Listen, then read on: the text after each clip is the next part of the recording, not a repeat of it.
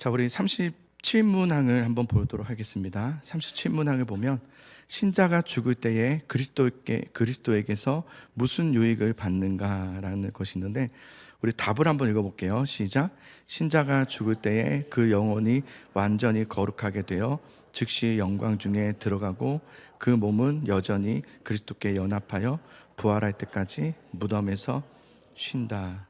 자, 우리 앞서 좀 오랜만에 하는 웨스터민스터 소리문답인데, 앞에 이야기가 뭐였냐면 하나님의 부르심 받은 사람들은 이 땅에서 어떤 유익을 얻는가였어요. 이 세상에서, 이 삶에서 어떤 유익을 얻는가, 세 가지가 있었는데, 칭의, 양자됨, 그다음 뭘까요? 맞아요, 성화. 칭의, 양자됨, 성화. 칭의라는 것은 우리가 하나님께 부르심 받아서 죄를 용서하심을 받았다는 거죠. 용서함을 받았다. 우리를 의롭게 하여 주셨다. 하나님은 우리를 죄에서 건져주시기만 한 것이 아니라, 그 건져주신 상태로 그냥 두신 것이 아니라 의인이 되게 하셨어요. 우리를 의인으로 바꿔주셨어요. 그것이 칭의예요. 그다음 두 번째는 양자됨이었는데, 우리를 죄에서 건져주셔서 의롭다 하시고 끝나신 것이 아니라 우리를 자녀 되게 하셨다는 거예요. 그러니까 이게 여러분 엄청난 은혜인데요, 하나님의 백성, 하나님의 나라에 그 자녀의 수요가 있단 말이에요. 그 수요 안에 우리 이름이 들어가게 된 거예요. 내 이름이 거기에 들어가게 된 것은 엄청난 은혜예요. 엄청난 은혜예요. 이게 양자됨이에요. 그래서 이 수요는, 백성의 수요는 변하지 않아요.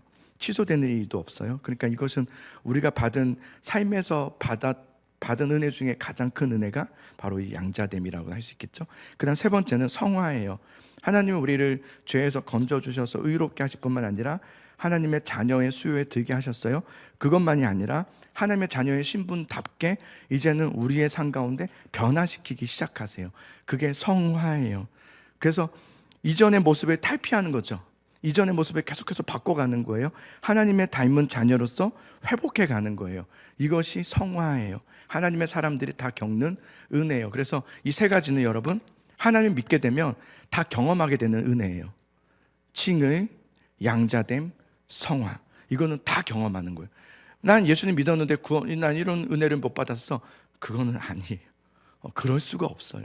왜냐하면 이거는 하나님의 은혜로 이루어지는 일이기 때문에, 하나님께 구원받았다면 반드시 칭의와 양자와 성화의 은혜가 반드시 일어나요, 우리 삶 가운데.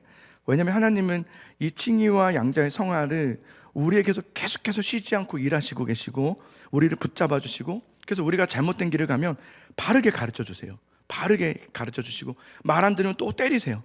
때리셔서 또 혼내시고, 그래서 하나님의 최종적 언약의 그 완성의 길로 끝까지 인도하시는 게 하나님의 은혜란 말이에요. 은혜는 그런 거란 말이에요. 그래서 칭의, 양자된 성화의 은혜를 믿음의 사람은 반드시 경험하게 됩니다. 자, 거듭난 성도들은요, 이 땅을 살아가면서 5가지의 특별한 은혜를 경험하면서 또 살아가게 되는데, 첫 번째가 뭐냐면, 아마 여러분 용지에 있을 거예요. 용지에 보면 하나님의 사랑을 확실히 알게 돼요.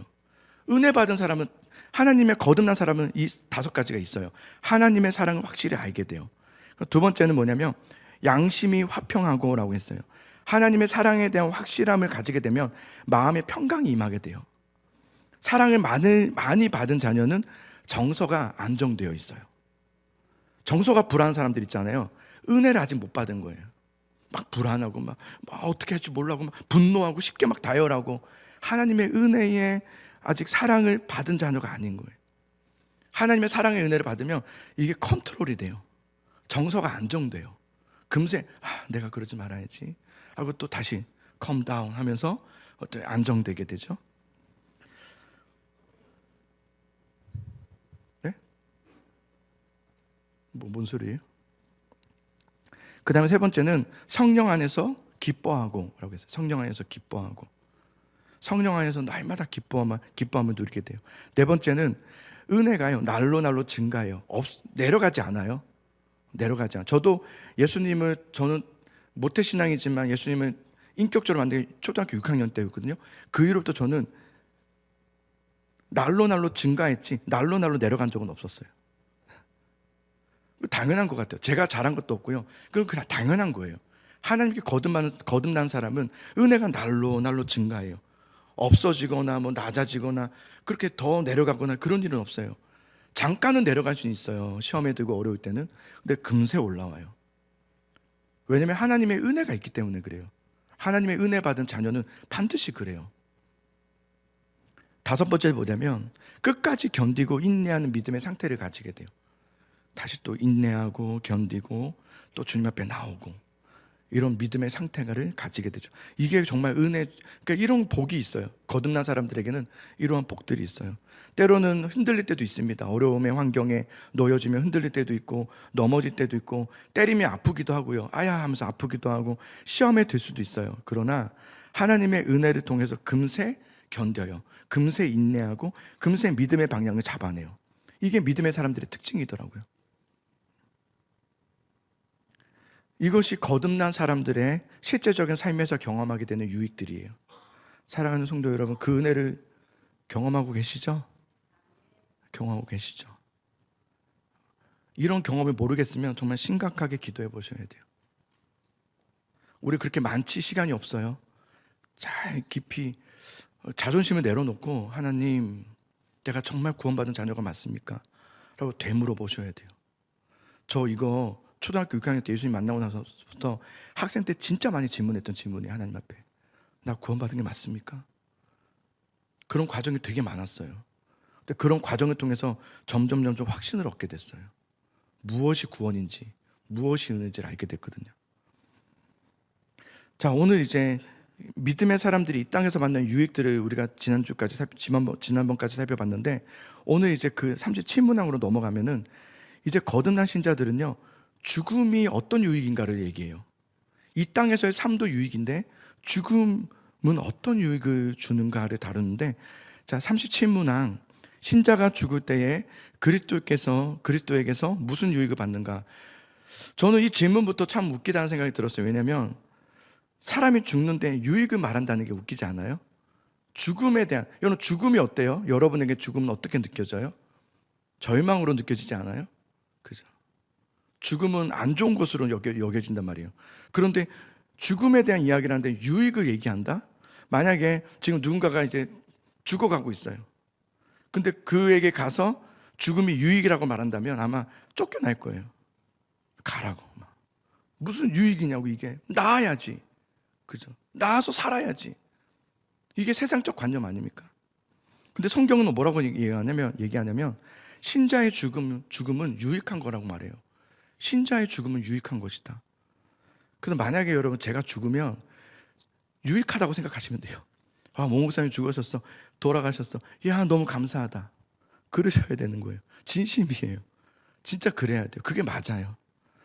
우리가 죽음에 대한 오해 몇 가지가 있는데, 우리는 여러분, 자, 누군가와 관계가 좋지 않을 때가 있어요. 누군가와 관계가 다 있을 거야. 없는 사람 어디 있어요? 다 누군가는 관계가 안 좋아요.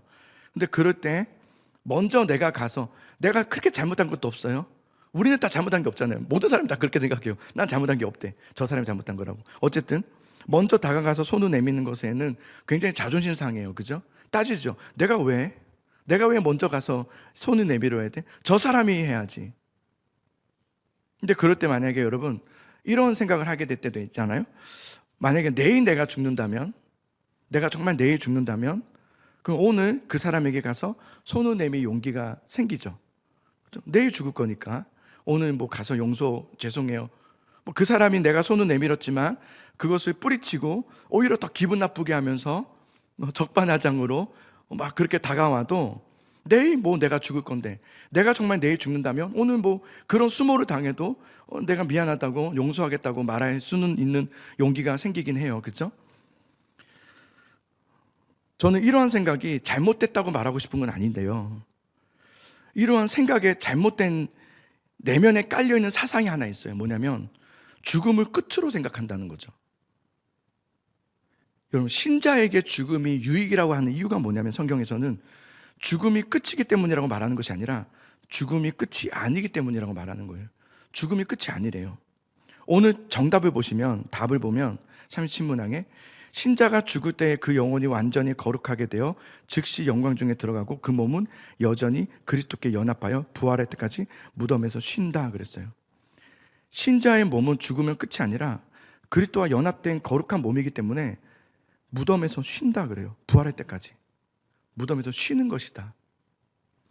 우리는 예수님을 믿어요. 예수님 믿으면 우리는 하나님, 예수님과 우리가 연합체가 돼요. 영혼뿐만 아니라 육신도 연합이 되는 거죠. 모든 것이 다 연합이 되는 거예요. 그래서 우리는 주님 것이 되는 거예요. 예수님 믿었다는 것은 뭐냐면 나는 이제 주님의 것입니다예요. 그죠? 주님의 것이 된 거예요. 왜냐하면 주님과 내가 연합이 된 거기 때문에 이젠 내가 산 것이 아니고 내 안에 그리스도께서 사신 것이라가 되는 거예요. 그러면서 예수님 믿으면서 이제는 예수님 믿으면서 이 세상에서 삶이 새 삶으로 바뀌어지기 시작해요. 왜냐하면 이제는 지금까지 내가 내 삶의 주인이었지만 예수님을 믿음으로 예수님이 내 삶의 주인이 되었기 때문에 이제 예수님 안에서 예수님의 새 삶을 살기 시작하는 거죠. 예수님이 가셨던 길을 가게 되고 예수님이 생각했던 것을 생각하게 되고 예수님이 바라봤던 것을 바라보게 되는 새 삶이 시작되는 거예요. 그러면서 삶뿐만 아니라 죽음도 마찬가지예요. 죽음도 우리 신자는요, 죽으면 몸이 없어지거나 끝나는 것이 아니라 그리스도의 연합은 여전히 유지되어서 영원히 분리되지 않아요. 죽어도 예수님과 나는 죽은 몸이 분리되는 게 아니에요. 분리되지 않아요. 신자는 예수님을 믿음으로 이 땅에서 아까 우리 나눴던 칭의, 양자됨, 성화의 복을 받는다고 했어요. 이 세상에서. 그래서 그 은혜를 받아서 거룩한 새 삶을 살아가는 과정을 이제 우리가 살아가는 지금의 삶이란 말이에요. 그 삶을 다 마치고 나서 이제는 하나님의 거룩한 완성으로 가는 그 종착지, 그리고 그 관문이 바로 죽음이에요. 죽음이에요. 그래서 신자의 죽음은요, 끝이 아니라 거룩한 완성을 말해요. 죽음은 거룩한 완성이에요. 그래서 신자의 죽음은요, 형벌이 아니에요. 신자의 죽음은 죄에 대한 형벌이 아니라 벌이 아니라 신자의 죽음을 통해서 하나님은 우리를 거룩한 존재로 완성하시는 거예요. 그게 바로 죽음이에요. 그래서 신자에게 죽음은 달라요. 우리는 그 즉시 죽음을 통해서 그 즉시 하나님을 직접 대면하기 시작해요. 죽는 그 순간부터 하나님의 곁으로 가는 영광을 얻게 돼요. 그것이 신자의 죽음이라고 해요. 그래서 신자는 여러분 죽음을 통해서 구원을 받아요. 혹시 아셨어요? 신자는 죽음을 통해서 구원을 받아요. 이미 우리는 구원을 약속받았지만 죽음을 통해서 구원을 받아요. 약속은 받았지만 죽음을 통해서 구원을 받아요. 신자의 성화는 언제 완성되는가? 죽음을 통해서 완성돼요. 신자의 성화는. 칭의와 양자됨은 단번에 하나님께서 일방적으로 이루시는 은혜예요. 그러나 성화는 그렇지 않아요. 성화는 한 번에 탁 이루어진 게 아니라 장시간에 걸쳐서 진행되는 일이에요. 시간이 걸려요. 오래 걸리고, 아니 죽을 때까지 변화되어져 가는 과정의 여정이 성화라고 해요. 그 성화의 끝과 성화의 완성은 바로 신자의 죽음이에요. 신자의 죽음을 통해서 완성이 돼요. 그래서 여러분, 신자의 죽음은요, 절망이 아니에요. 슬픈 것이 아니라 하나님이 나를 정말 사랑하셔서 죽게 하시는 거예요. 그게 신자의 죽음이에요. 신자의 죽음은 어디서 비롯된 거냐면 하나님이 나를 사랑하시면서 비롯된 거예요.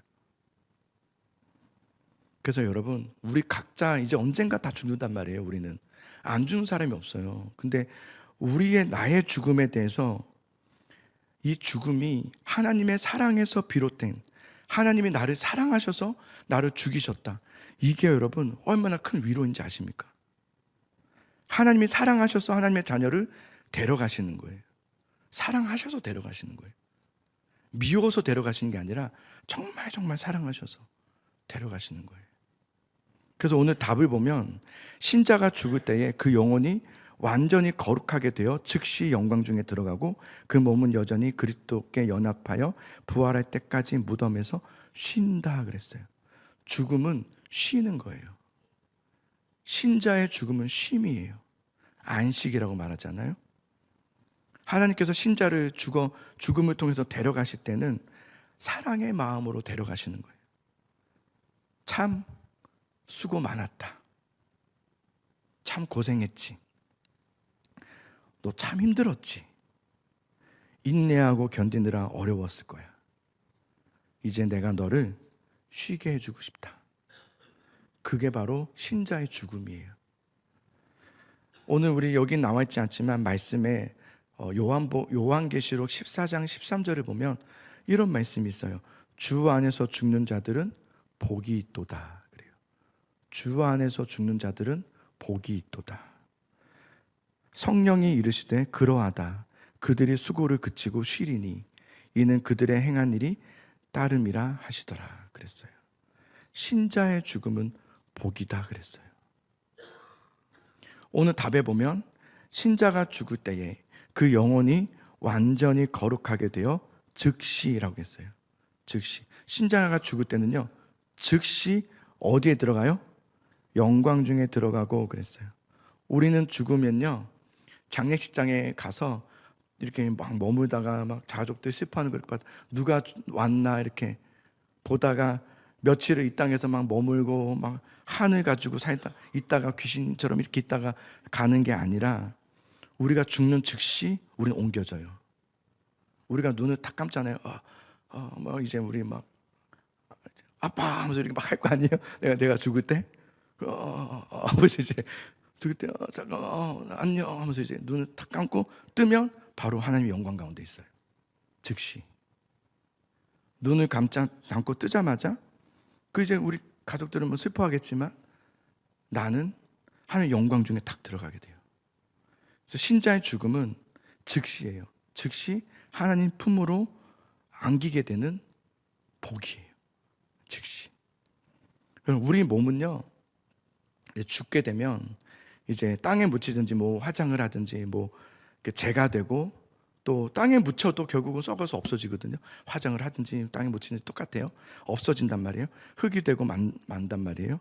그래서 우리 몸이 이렇게 없어지다 보니까 죽으면 아담이 죽었잖아요. 아담과 하와. 그 몸 지금 못 찾아요. 그죠? 그러니까 없어졌단 말이에요. 그러다 보니까 우리가 없어졌다고 생각해요. 죽으면 우리는 없어지는 거라고 생각할 때가 있어요. 내가 화장하면 없어질 것 같고 뭐 땅에 묻혀도 언젠가 한 100년 뒤에는 흙이 되어서 아예 먼지처럼 없어지겠지? 그런데 성경은 그렇게 말하지 않아요. 성경은 우리에게 너희가 너희 몸이 죽으면 썩어서 없어진다라고 말하지 않고 안식을 누리게 된다 이렇게 말해요. 우리 몸이요, 몸. 영혼만 말하는 것이 아니라 몸까지도 안식을 누리게 된다라고 성경은 말해요. 그러니까 여러분, 우리가 죽게 되면 내 몸은 어떻게 되는 것일까? 없어지는 것은 아닐까? 뭐 가끔 이제 어떤 분들은 화장하지 말라고 막 그런단 말이에요. 화장은 없어질 것 같으니까 화장을 하지 말아줘 막 이럴 때도 있고요. 근데 너무 걱정하지 마세요. 신자의 죽음은 썩어서 없어지는 몸이 아니라 평안히 쉬게 되는 거예요. 평안히 쉬게 되는 거예요. 없어지는 게 아니에요. 참 고생한 이 몸을 하나님께서 쉼을 주시는 거예요. 몸이라는 것을 쉼을 주시는 거예요. 그래서 내가 죽으면 어두울 것 같고 막 뭐 이렇게 관에 갇혀가지고 외로울 것 같고 막 답답할 것 같고 막 안 그렇습니다. 우리 육신은 하나님께서 쉼을 얻게 하신다고 했어요. 쉬게 하리라 그랬단 말이에요. 근데 이 안식의 쉼이요, 우리 몸의 쉼이 영원한 쉼은 아닙니다. 우리가 죽잖아요. 죽으면 쉼을 얻게 하지만 그 쉼은 일시적인 쉼이에요. 한시적인 쉼이에요. 언제까지요? 주님 다시 오시는 그날까지만. 주님 다시 오시는 그날까지만. 그리고 주님이 오시는 그날 우리의 몸은 어떻게 되죠? 아세요? 우리의 몸은 어떻게 돼요? 부활하게 돼요. 우리의 몸은 부활하게 돼요. 그때까지의 안식을 말해요. 그때까지 너의 몸을 쉬게 하리라 그랬어요. 그래서 우리 몸은요, 여러분 잘 기억하세요.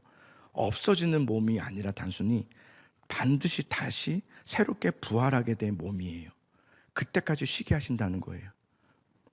우리는 하나님께 창조될 때 어떻게 창조되었는가를 좀 알 필요가 있어요.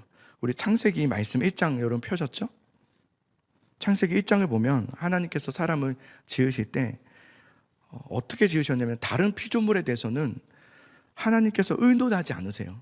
그냥 말씀으로만 지으세요. 그런데 사람을 지으실 때는 달라요. 사람을 지으실 때는 하나님, 삼위일체 하나님이 의논하세요. 의논을 하시면서 지으세요. 사람만은. 그래서 어떻게 지으시냐면 자신의 형상과 모양을 따라서 우리가 사람을 만들자 그래요.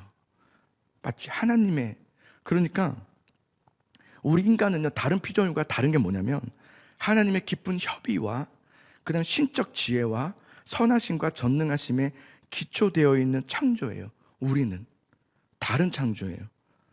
그래서 다른 피조물과는 전혀 다른 창조물로 우리는 창조되었단 말이에요. 자, 창세기 1장 27절의 말씀 같이 한번 읽어봅시다. 27절 시작.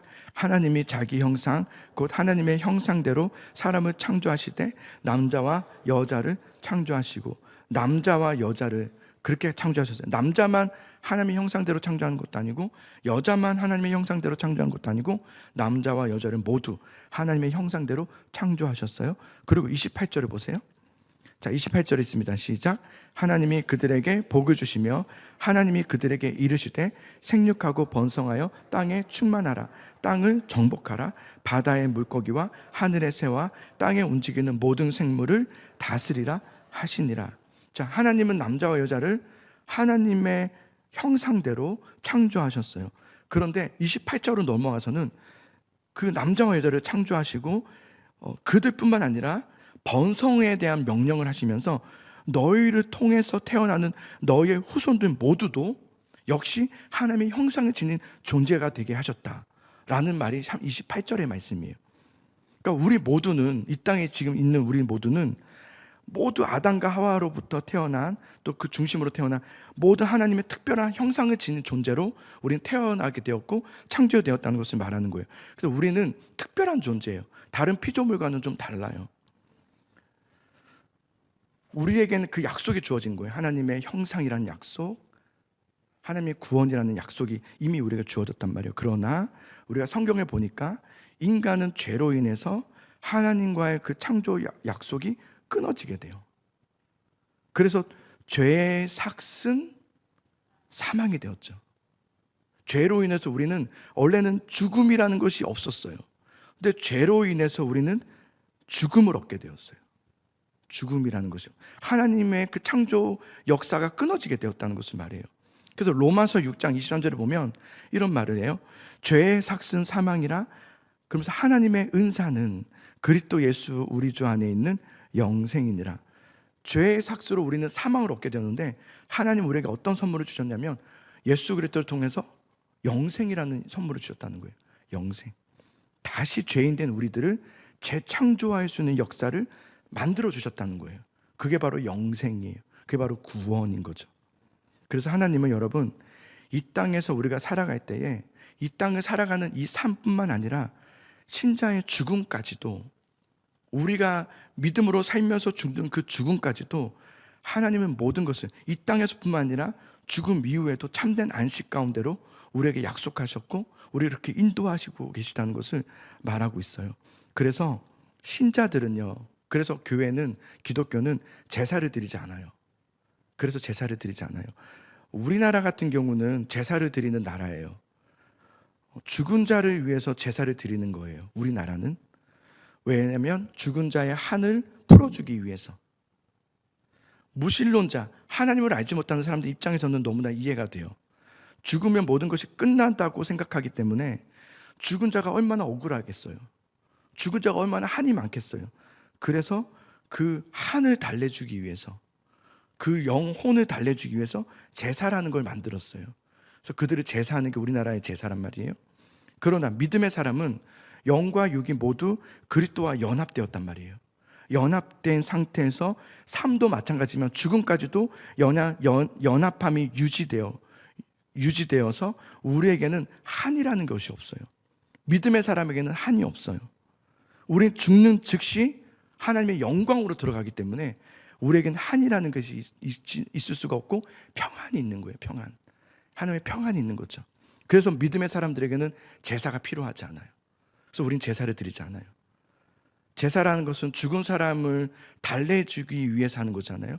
그래서 제사상을 보면 평소 그 죽은 사람이 좋아했던 음식을 만든다든지 뭐 그런 것들을 이렇게 달래기. 우리 전라도 같은 경우는 홍어 다 좋아하니까 홍어를 이렇게 올리고 막 그렇게 그 사람이 좋아하는 그 죽은 분이 좋아하는 것들을 달래주기 위해서.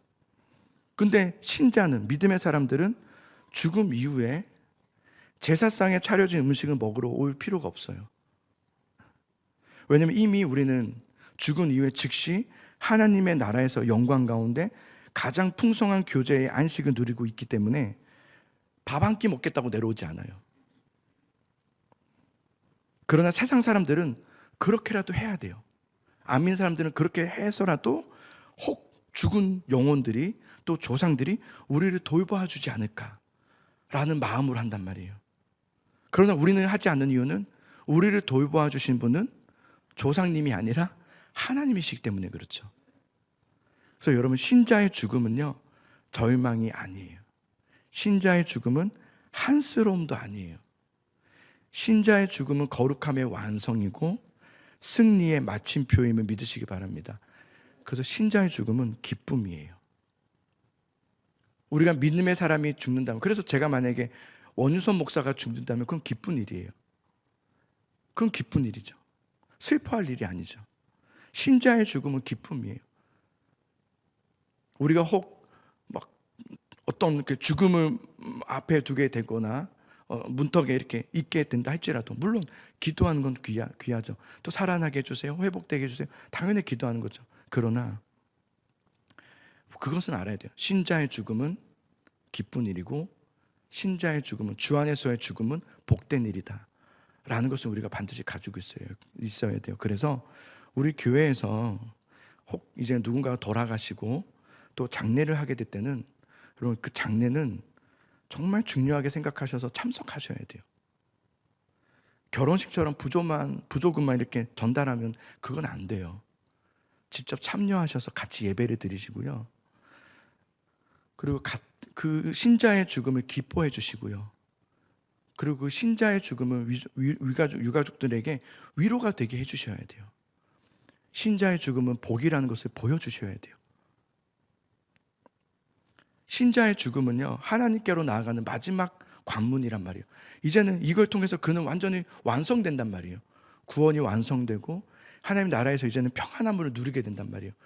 그 일에 여러분, 그럴 때는 가까이 같이 오셔서 장례를 같이 치러주시고 또 끝까지 같이 해주시면서 찬양해 주시고 기도해 주시고, 혹 그 신자의 죽음의 가족들이, 유가족들이 믿음의 분이 아니라면 저분들이 믿음의 자녀로 돌아올 수 있게 해달라고 기도해 주신 역사가 너무나 필요합니다. 그럼 꼭 기억해 주세요. 장례는 미루지 마세요. 무조건 참석하셔야 돼요. 내가 친하고 안 친하고 상관없어요. 우리 교회 성도라면 그냥 문자를 받으면 가야지 하고 같이 가시는 거예요. 중요한 거예요. 여러분, 신자의 죽음은 복입니다. 신자의 죽음은 복이에요. 신자의 몸은 반드시 부활합니다.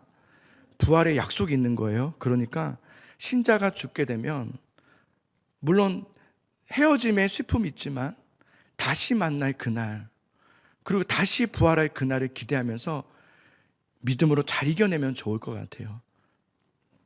종종 과학자들은요, 이런 기독교적인 이 이야기를 보면서 말도 안 된다고 얘기도 해요. 왜냐하면 죽은 사람들이 어떻게 부활하냐는 거예요. 어떤 사람들은 바다에 던져져서 없어지기도 하고, 불에 타서 없어지기도 하고, 재가 돼서 수천 년 전에 죽은 사람은 어떻게 부활하냐, 이제 아예 존재하지 않게 됐는데, 먼지도 없는데 어떻게 다시 살아나냐라고 과학자들이 말하곤 해요. 근데 여러분, 하나님은요, 그것까지도 완벽하게 다 찾아내셔서 다시 부활하게 하세요. 분명하게 부활하게 하세요. 갑자기 내 팔이 저쪽 팔로 가 있고 이런 거 없어요. 정확하게 나를 찾으셔서, 왜냐면 그때까지는 쉬게 하신 거거든요. 참 쉬게 하셨다가 주님 오시는 그날 다 찾아내셔서 부활하게 하세요. 저도 이제 장례를 많이 해봤어요. 교회를 다니면서 장례를 많이 해봤는데, 호상이라고 하잖아요, 그죠? 호상이란 말이 좋은 죽음이었다 이렇게 말하지 않습니까? 우리가 보통 말하는 호상은 어떤 거냐면, 아프지 않고 살다가 그것도 오래 살고 그리고 자식들도 많고 뭐 자식들도 다 결혼하고 뭐 손주들도 많고 뭐 그렇게 뭐 부러울 것 없이 남 부러울 것 없이 부족함 없이 살다가 죽으면 우리는 세상에서는 그걸 호상이라고 불러요. 그죠? 호상이다 이렇게 말하는데 성경이 말하는 호상은 그렇지 않아요. 성경이 말하는 호상은 질병이 있었느냐 없었느냐 아팠냐 안 아팠냐가 아니에요.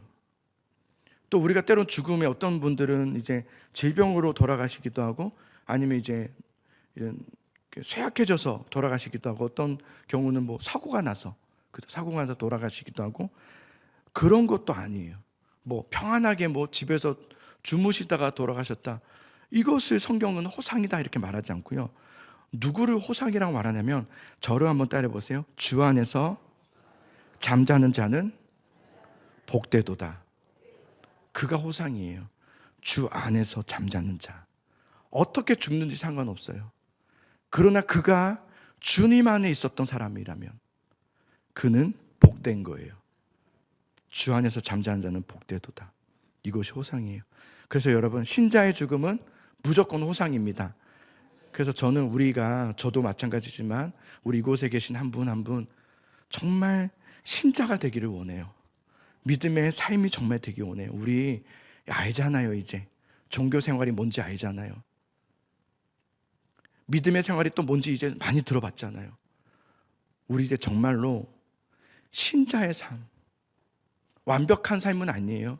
신자의 삶, 하나님을 사모하고 하나님을 사랑하고 하나님의 그 칭의와 하나님의 양자됨과 성화의 은혜를 경험하면서 또 교회 안에서는 여러분 서로 사랑하면서 좀 부족함이 있을 수 있거든요. 그 부족함 좀 감아주시면 안 돼요? 좀 미운 사람이 있으면 그냥 넘어가 주시면 안 돼요? 그런 거. 교회는 여러분 내 소리가 막 나오면 안 돼요. 사랑이 나와야 돼요. 안아줄 수 있어야 돼요. 그게 공동체예요. 그게 믿음의 공동체예요. 잘하고 못하고는 중요하지 않아요. 우리 공동체, 예수사랑 공동체는 사랑이 있는가? 사랑으로 품어줄 마음이 준비가 되어 있는가? 그게 신자들이 모인 공동체의 모습의 특징이라고 생각해요. 그래서 여러분 우리 예수사랑교회 여기 계신 분들은 너무나도 다 소중한 분이시지만 우리 정말 신자로서 또 신자가 되기 위해서 날마다 발버둥 또 몸부림치면서 하나님 내가 신자 되기 원합니다. 내가 신자가 되어서 나중에 내 신자의 죽음이 얼마나 복되다는 것을 나의 장례를 통해서 또한 드러나게 해주시고 호상이 되게 해주셔서 하나님 많은 사람들에게 또한 신자의 죽음이 얼마나 복되다는 것을 드러낼 수 있도록 하나님 내 사는 동안에 신자가 되게 해주세요라고 기도하면 좋을 것 같아요. 우리 여러분 신자가 됩시다. 그래서 나의 죽음 때 성도들이 올 거 아니에요. 다 왔을 때 호상이다 라고 말할 수 있었으면 좋겠어요. 참 호상이다. 그분은 참 신자셨어. 그분은 참 하나님의 사람이셨어. 이렇게 말할 수 있는 우리의 장래가 되면 좋겠다 생각이 들어요.